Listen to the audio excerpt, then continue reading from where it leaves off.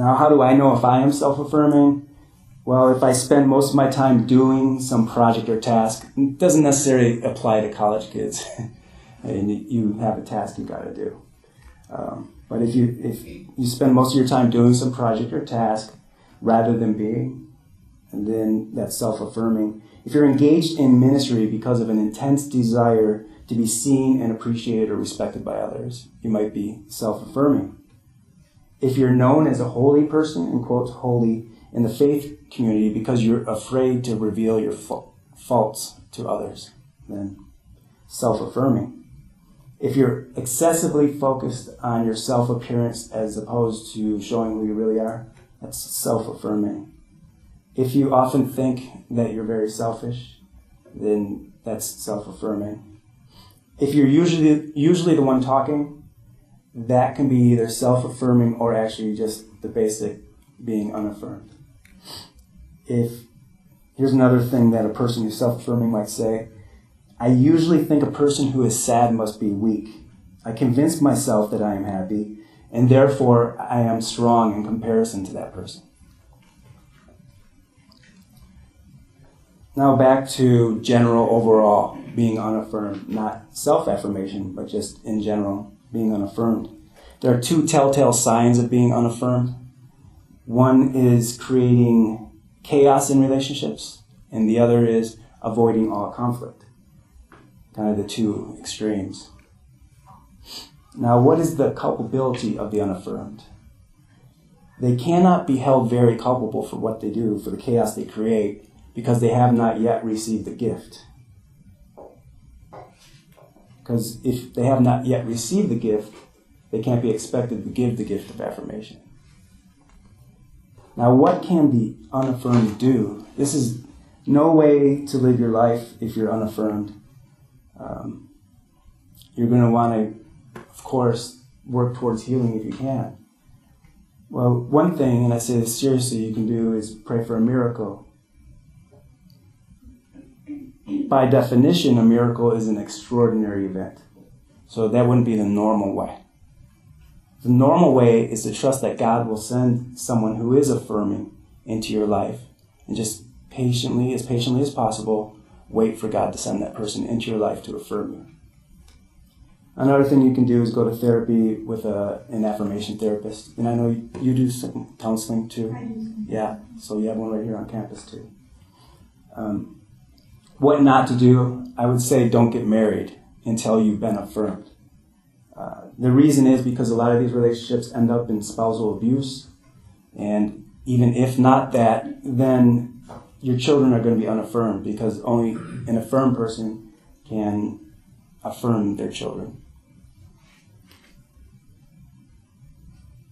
Now, when I say affirmed in this talk, I'm talking about being totally or fairly adequately or largely affirmed. So, are you getting what I'm saying here? Yeah. Okay. Anyone not getting what I'm saying? Okay. All right. Now, what can I do for my unaffirmed friends? Well, if I am affirmed, then I can affirm them, but only if I am affirmed. One thing to know about affirming is it's not going to usually happen in a dating relationship, because you have to not want something. And when you're dating, you want to marry that person. There's certain things you're going to want from that person. Of course, we all have giving attitudes, but you're wanting something from that person too. So how do I know if I am affirmed? This leads us to subtopic number 2, affirmed. An affirmed person does not falter in his or her faith in God, even during hard times. An affirmed person does not slide backwards to a state of being unaffirmed because of hardships.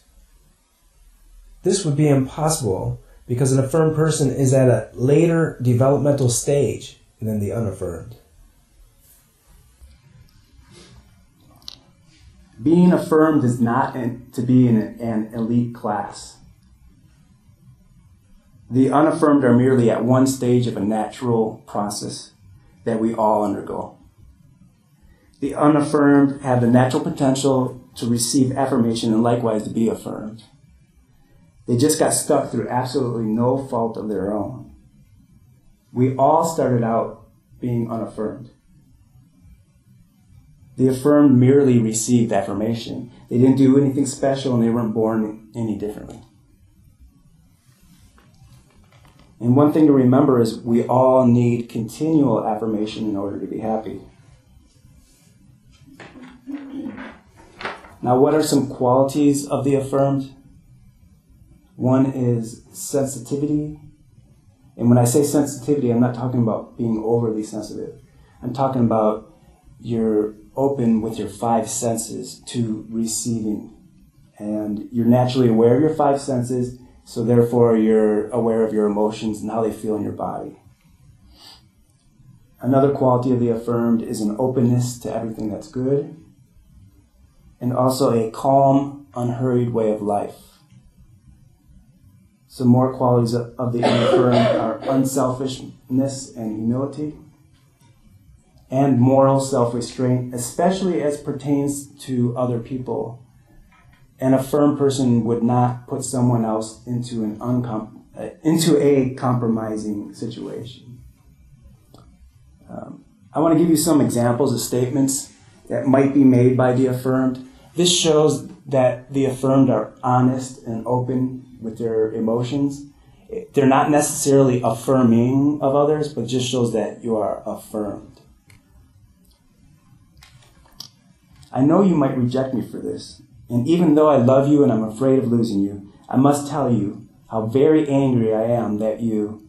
Fill in the blank. I am sad because I want to be married and I'm not. I'm afraid that you'll kill yourself with your drinking and driving. I'm so happy when we go fishing together like this. I like vanilla ice cream. I don't want to go to that restaurant this time. Now, many unaffirmed people are afraid to express their anger. An affirmed person is not. So here are some examples of statements that an affirmed person might make regarding anger. It might look like you hurt me, but what I really feel is angry at you. I feel annoyed when you slurp your soup. I'm going to go out with Jim because I like him, even though my brother might get mad about it. When I feel depressed, I ask myself, who's angering me? And this is something that most psychologists know, that when someone who is depressed and can't even get out of bed in the morning finally discovers who they're angry at, somehow something switches and they have the energy to get out of bed in the morning. Here are some more examples of statements that the affirmed might make, just in general. That's a great color on you. You have great taste. I admire the way you stood up to that person. My parents treated me like I was worthless, but I feel it in my heart and soul that they were dead wrong. My sadness is important, not silly. I am sad about important things. I am important. I like sitting here, silently supporting you as you grieve your loss. In a way, I'm grieving it too. I love you no matter what you're currently feeling.